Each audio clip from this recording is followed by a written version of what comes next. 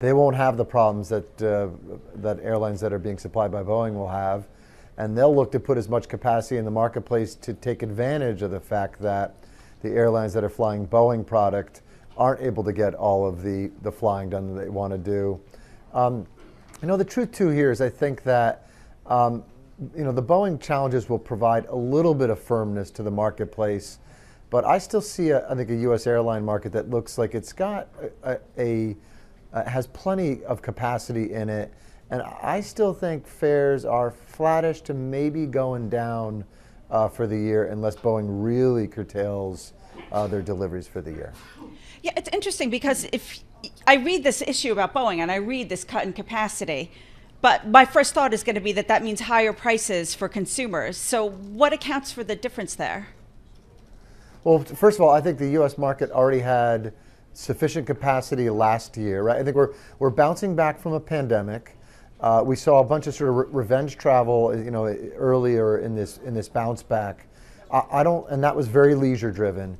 I don't think we're going to see as much of the leisure driven travel this year, not the I got to pay whatever it's going to take to get down to Disney. So you'll see maybe a smaller growth amount in leisure, and business isn't fully back. We know that. So we've got more than 2019 levels of capacity in the marketplace, less business, and maybe a little more leisure. So when I add that all up, again, I kind of see a market that looks like it's got plenty of capacity. If you look at the guidance that Southwest gave on revenue per available seat mile, they lowered that at this discussion. So it tells me that the market is weaker at this guidance point. The market is weaker than they initially thought. And at the same time, fuel prices were a little bit higher. So what it looks like to me is Southwest numbers are going to come in lighter than we expected in 1Q. That's not a super healthy market. That's not a market that's got so much constraint that they can price whatever they want to for airline tickets and make lots of profits. Okay, so it's like a trifecta. Like they do have a specific Boeing issue in the fuel prices, and then the broader softer market. That's a general airline issue. United also told Boeing to stop building 737 MAX 10 jets for the carrier. Yes. Okay, that sounds dramatic and bad. What does that actually mean? I think it sounds like Scott Kirby, the CEO of United, is just getting real about what he thinks Boeing can deliver in the near term. I guess, if you sit around and you kind of hope and hope and hope they're going to get the MAX 10 certified, and you wait on those deliveries based on that hope, and the certification keeps getting pushed out, and it's really hard to plan.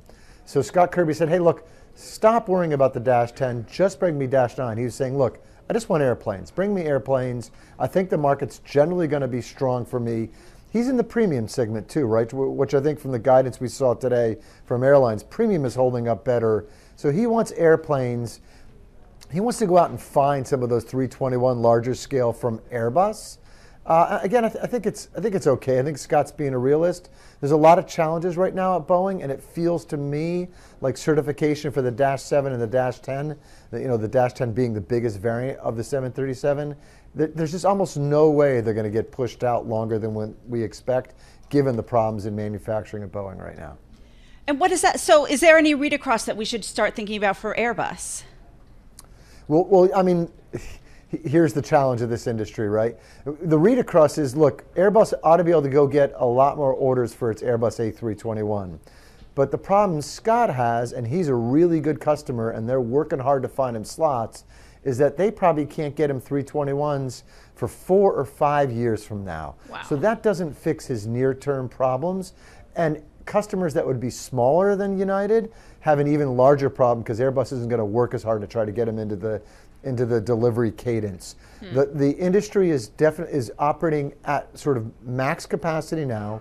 It's pushing its supply chains to do better, but we just don't see increases of build rates kind of more than 10-ish% per year at best. It's really hard to bring up that supply chain. So I think the duopoly means that Airbus can't really capitalize that well on this.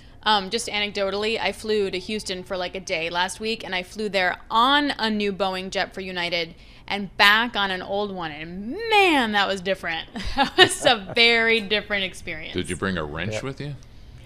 Okay, I did text my husband, and I was like, hey, so I'm on this Boeing plane just in case something happens. What is, I know, I'm like that. What is the floor, though, George, for Boeing? I mean, the stock is literally dropping like a knife here. Are we looking at the October low is what we have to be watching? Like, where's the support, and where is the support going to actually come from? So, look, it's, Boeing has been through some real troubles, and the bad news sort of keeps coming. Look, it's hard to say what a price would be on that floor. I will say that I think their purchase of Spirit that they've proposed could start to put a floor underneath their problems. I see that direct line of management from the Spirit floor in Wichita, Kansas, all the way up to Boeing in Renton, Washington, as being the ultimate solution to improving quality, oversight. So I think we have to watch that development closely. It's going to require getting some of the Airbus business outside of Spirit, because Spirit builds products for the A320 for Airbus and the A350. I don't think you want that inside Boeing.